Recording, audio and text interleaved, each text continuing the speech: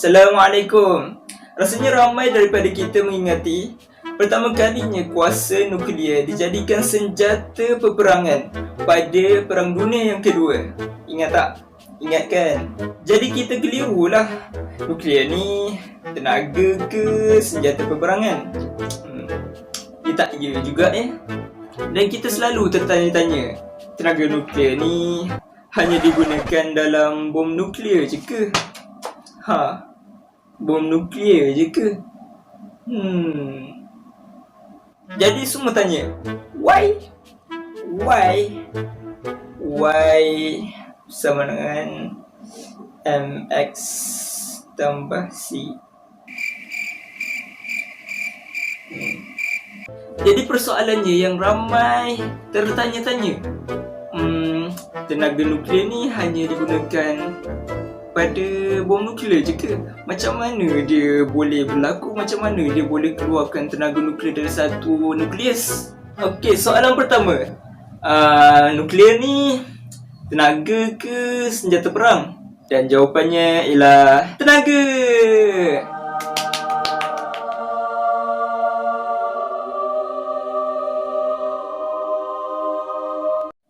Sekejap. Tenaga nuklear tu apa?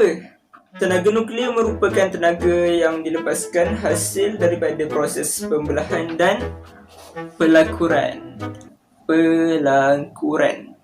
Yes, pelakuran. Mesti ada orang tanya, pembelahan tu apa? Pelakuran tu apa? Pembelahan nukleus ni adalah proses satu pemecahan nukleus yang berjisim besar kepada dua nukleus yang berjisim lebih kecil lah daripada nukleus yang asal. Pasal ada orang tanya lagi, macam mana boleh terbelah? Macam mana boleh dibelah nukleus tu jadi dua bahagian? Proses pembelahan boleh berlaku apabila satu neutron membedil satu nukleus yang berjisim besar untuk menghasilkan dua nukleus yang berjisim kecil dan menghasilkan 3 neutron baru. 3 neutron tu nak pergi mana? Kan? Sesat ke? 3 neutron ni akan pergi ke nukleus-nukleus yang lain untuk membuat proses yang samalah, proses yang berantai. 3 neutron ni akan pergi ke nukleus-nukleus yang lain lah.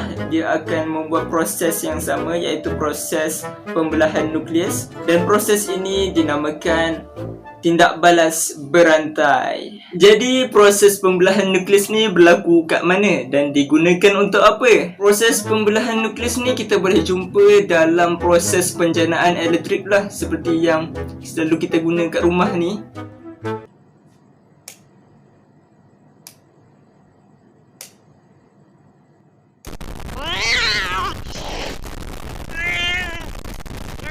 Mesti korang ingat tenaga nuklear ni digunakan dalam bom nuklear je kan?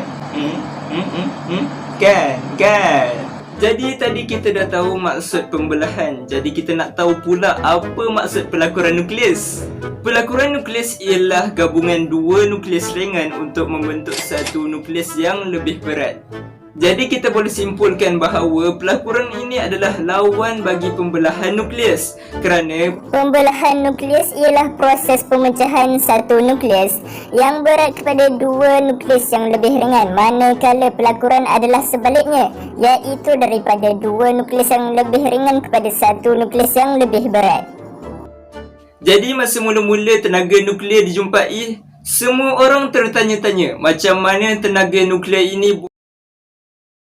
Oleh itu, saya harap kita sama-sama menghargai tenaga elektrik yang telah dihasilkan dengan menggunakannya secara ini boleh dikira. Macam mana nak kira kuasa tenaga nuklear ini?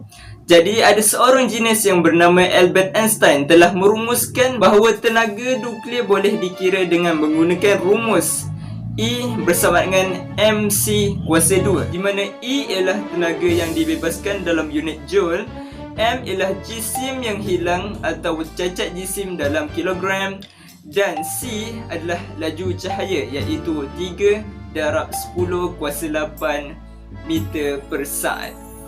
Dan Albert Einstein juga berkata, kedua-dua tindak balas pembelahan dan pelakuran nukleus ini mempunyai satu ciri sepunya, iaitu jumlah jisim hasil tindak balas lebih kecil berbanding dengan jumlah jisim sebelum tindak balas. Hal ini bermakna tindak balas nuklear mengalami suatu kehilangan jisim atau cacat jisim. Jisim yang hilang itu ditukarkan kepada tenaga. Jadi kita boleh simpulkan di sini bahawa tenaga nuklear bukanlah sekadar ada di dalam bom nuklear, iaitu tenaga nuklear ada juga digunakan dalam penjanaan kuasa elektrik kita lah. Dan akhir sekali, sebelum kita bersurai, tenaga nuklear yang digunakan dalam penjanaan kuasa elektrik ini ada kebaikan dan keburukannya. Apa kebaikannya, apa keburukannya? Korang boleh rujuk muka surat 282 dan muka surat 283 dalam buku fizik tingkatan 5. Tingkatan 5. Jumpa di next video. Bye bye.